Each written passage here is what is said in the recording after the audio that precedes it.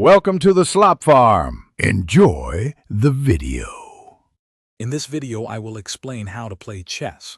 We'll start with the board setup. The chessboard has 64 squares and 8x8 grid. Each player begins with 16 pieces. 1 king, 1 queen, 2 rooks, 2 knights, 2 bishops, and 8 pawns. White pieces occupy the first 2 ranks and black pieces the last 2. Remember, the queen always starts on her own color, and the bottom right square is always light. This ensures a proper game start. Now let's explore how each piece moves. Pawns advance 1 square or 2 on their initial move, capturing diagonally. Rooks glide horizontally or vertically. Knights have a unique L-shaped jump, 2 squares in one direction, then 1 perpendicularly. Bishops move diagonally. The queen is a powerhouse, combining rook and bishop moves. Finally, the king moves just 1 square in any direction, but must always stay safe from attack. Understanding these movements is key.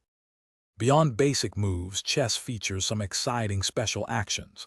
Castling lets you move your king 2 squares towards a rook, bringing the rook to the other side for safety. Then there's en passant, a unique pawn capture. When a pawn reaches the 8th rank, it can promote to a queen, rook, bishop, or knight. Ultimately, your goal is to checkmate your opponent's king, trapping it so it has no legal moves to escape attack. That's how you win. To start playing effectively, focus on a few key strategies. Control the center of the board with your pawns and minor pieces. Develop your knights and bishops early to active squares.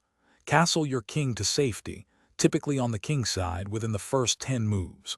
Always be aware of your opponent's plans and look for opportunities to attack and defend. The best way to improve is to practice regularly on platforms like chess.com. Good luck with your games. Thanks for watching. Consider subscribing if we helped you today.